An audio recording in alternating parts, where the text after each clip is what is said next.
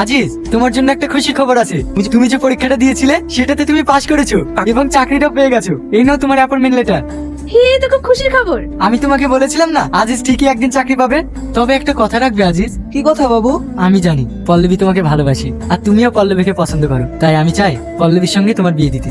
এই তো খুব ভালো কথা, তাহলে তাই করো। আর আমাদের দক্ষিণে যে ফ্ল্যাটটা আছে, বিয়ের পরে ওরা ওখানেই থাকবে। তুমি ঠিকই বলেছো, ওখান থেকেও অফিসটা কাছে হবে। কি বলিস পল্লবী?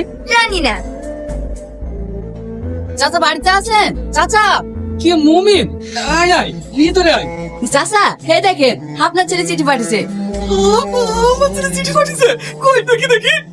ওগো শুনছো, এই দেখো আমার ছেলে চিঠি পাঠিয়েছে। আমার ছেলে চিঠি পাঠিয়েছে।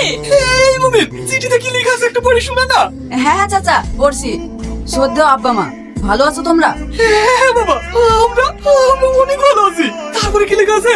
আমি এখানে একটা ভালো চাকরি পেয়েছি এবং মালিকের মেয়েকে বিয়েও করেছি। আজ বিয়ে করেছি, তারপরে কি লেখা আছে বাবা? আমরা বিয়ে করে আমরা খুব ভালো আছি, আর কখনো গ্রামে যাব না। আর কোনোদিন কি না আসবে না? আর আমাদের যাওয়ার কথা বলেনি?